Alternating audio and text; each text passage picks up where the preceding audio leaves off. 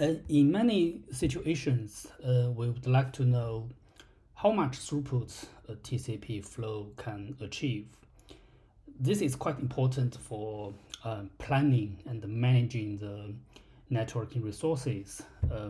For instance, the telecom operator like O2 or Vodafone or BT, they can allocate a certain amount of bandwidth to an application according to how much it needs, and so that the application, the bandwidth can match the desired throughput.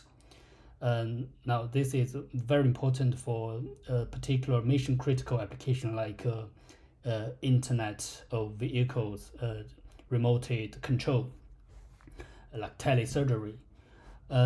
So to estimate how much throughput TCP flow can achieve, so this can be done by monitoring the networking condition parameters. So one very simple and straightforward model is from Massey's model. You can find more details from the research paper here in 1997.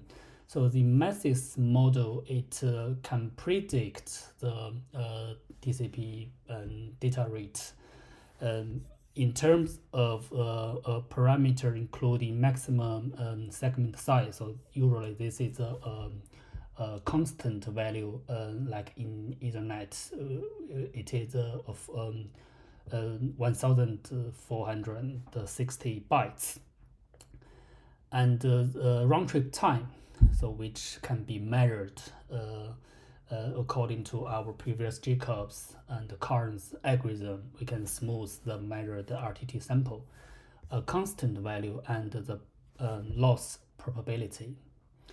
And in Massey's model, it can also predict what is the upper bound, what is the maximum transfer rate of TCP. It's given by this equation by configure C equals 1. And so for Massey's model, it focuses on the congestion avoidance as given by this figure. So it doesn't consider the slow start. And rather than reset the congestion window to 1 for each congestion event, it reduces by half and then back linearly increase the congestion window to the maximum congestion window. So this is a pretty straightforward equation to give us a very rough estimation of the model, and has many assumptions that it's the simple model, but it has limitations. And a more complex model is given by Paddy's model, which considers timeout, where the equation considers the number of packets that are acknowledged, the loss probability, the round trip time, the maximum congestion window size, and a timer. So by applying, also this is a straightforward equation, by applying these values measured and observed, we can calculate a throughput model, but here it considers the timeout. Okay. So next topic is about flow control. Again, it's another important aspect for TCP. So both TCP sender and the receiver, they maintain a buffer. So only those bytes that are correct and in order will be pushed into the receive buffer. And the applications will read out the data from the receiver buffer, and either instantly or later, whenever the application is free to extract the data. And however, there's a risk that the sender may overflow the receiver's buffer, which means the sender is sending too much, but the receiver is taking slowly to consume the data. So in this case, we need flow control to ensure that so for the sender, please do not send too much that the receiver can consume. Okay, so the idea is that we need to design a protocol to ensure the amount of in-flight bytes. By in-flight, it means those bytes that have been sent but not acknowledged yet.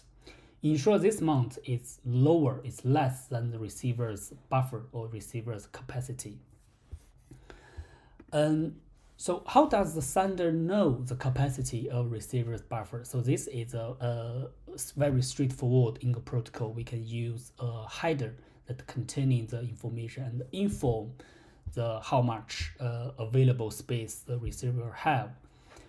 And initially, the receiver's capacity is configured by value by equation called BDP, which is bandwidth times delay. And for TCP has has a problem. A standard TCP has an issue called TCP zero window problem. So this happens if a receiver returns a receive window value of 0. So this means, okay, I'm full. So receiver's buffer is full. So it can no longer take new data. So in this case, the sender will normally close the connection. But this is not good because it takes extra time in the future to re-establish the connection again. So to solve this problem, the solution is to keep the advertised window 0, and the sender will keep sending one single segment until the receiver has more space, and then will inform that the sender can send in a new packet. So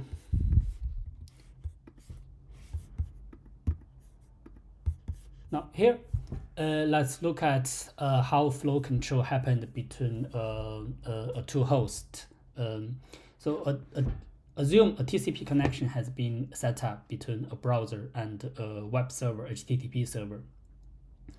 Now our browser has limited buffer, and it's a fewer space in mobile device or embedded computing device.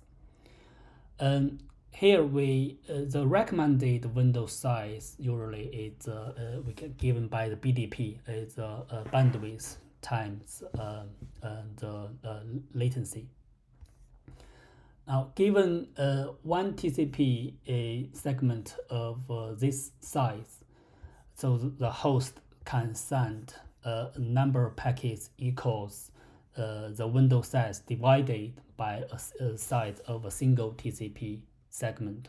So which means initially the HTTP server can send out 9 TCP segment at one time, at one session, we would call.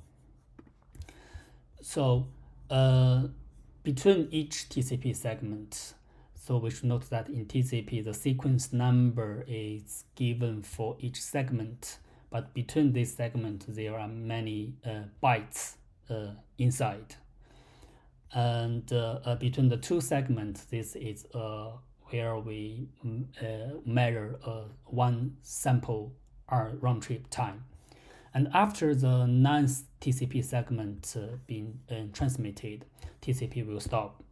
It will stop sending and wait for negotiating a new window size, and depending on the actual usage of the receiver's buffer. So a quick summary in TCP. TCP sender maintains several variables called window. There is a receive window. This is informed by the receiver, containing the information of how much buffer is available, so that sender can limit the amount of data to send.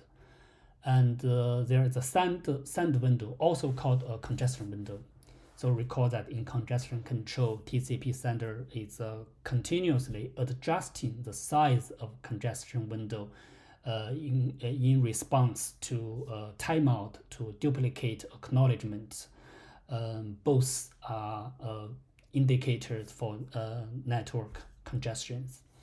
And there's also a window called usable window, which is part of the congestion window. It's indicating how many bytes are unsent.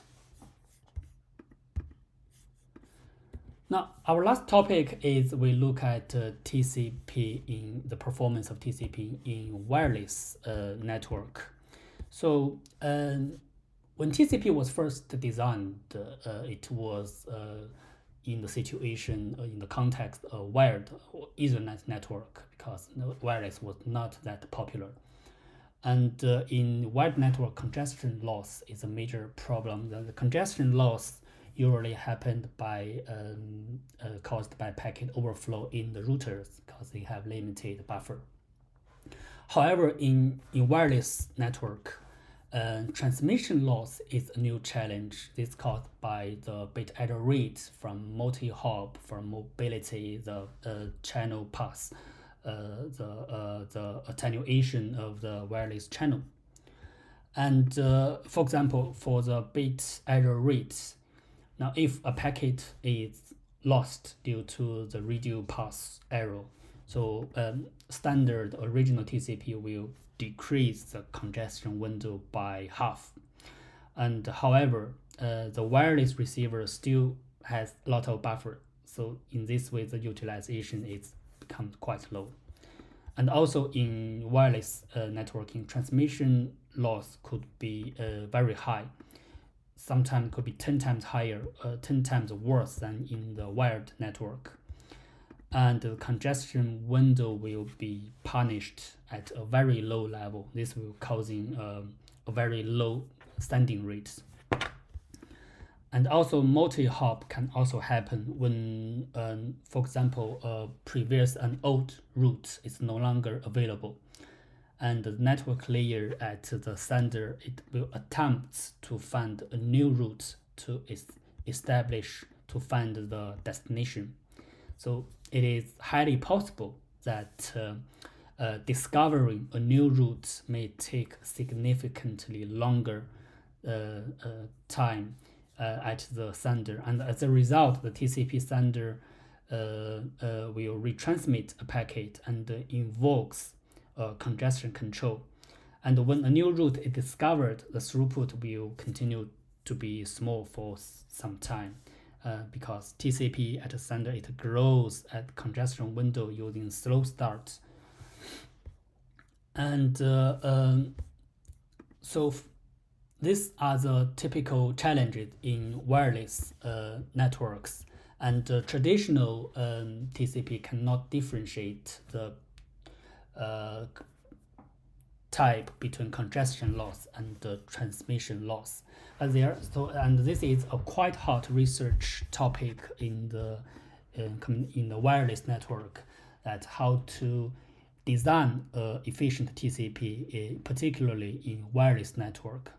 So one example is we can make TCP sender unaware of the underlying network. So which means TCP doesn't care if there is a wireless connection or not. So let's look at a scenario. We assume our network, there is one static host connected to two base stations or two big routers using wired network. And this router, they have wireless radio connection connected to Joon. Now, at the beginning, the wireless host, the Joon, is connected to the fixed host through the BS1. And TCP is set up.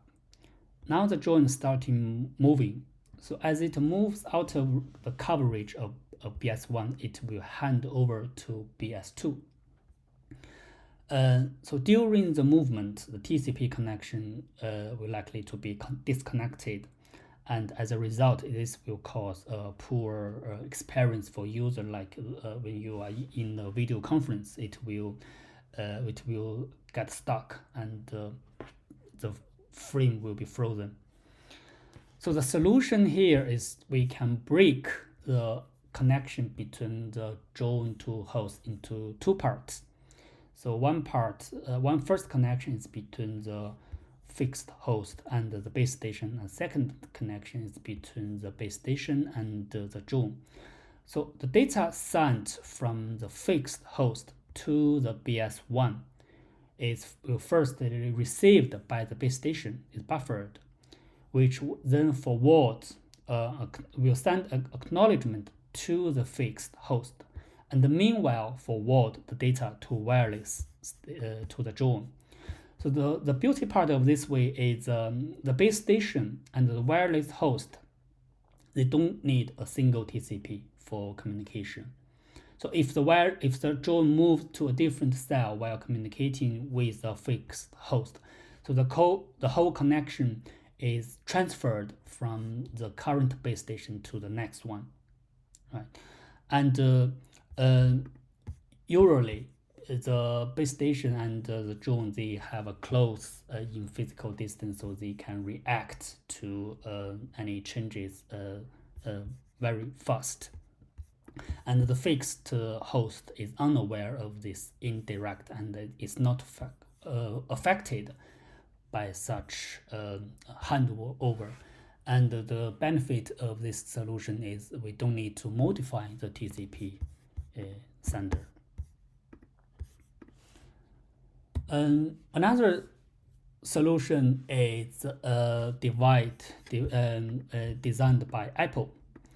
So Apple uses a protocol called multipath TCP in many Apple services, in iTunes, Apple Maps, and Siri. So idea is that let's say if you are watching an online video, and if your Wi-Fi is poor, you can either suffer from it or you can manually switch it off and use your cellular. And however, previously without MPTCP, if you're using standard TCP, most applications, they have to restart the TCP connection. This will cause a frozen latency. But multipath TCP allows a smooth handover between the Wi-Fi link and the cellular link, so that a data can be transmitted over the two paths simultaneously, while to the application it looks like still a single TCP. And the research shows that the fastest TCP connection with multipath TCP can achieve over 50 gigabits per second. And if you are interested in more details, you can look at the original paper of MPTCP. This is currently as a standard and also supported by some Linux operating systems. And because multipath TCP is a congestion control algorithm, so it follows a similar design with standard TCP. So here, instead of a single TCP, MPTCP have several subflows called sub-TCP. It also has congestion control and flow control, and each subflow of TCP has its own congestion window. And for the MPTCP, it will always try to select, okay, which link is least congested, which link has more bandwidth. It will send more data over that link. And because as this is a congestion control algorithm, so basically we are interested how much to increase a congestion window and how much to decrease. And the equation to increase congestion window is so when a connection includes, let's say, a number of subflows, each subflow R which belongs to the overall subflow sets will maintain its own congestion window WR. And so there will be a number of different WR for each subflow. And MPTCP will find the minimum value among this WR and increase the congestion window by this minimal value when there is a need to increase congestion window, and when the congestion event is detected either by loss or timeout, it will decrease congestion windows by half. This is the same with standard TCP. And the round trip time, the way to measure is the same with standard TCP as well. Okay, so this is the end to this week's lecture, and we will have some exercise sheet available on Moodle, and in the seminar we will go through the exercises, and we will also provide simulations and some demos helping you to understand how to implement reliable data transfer. Okay, thank you.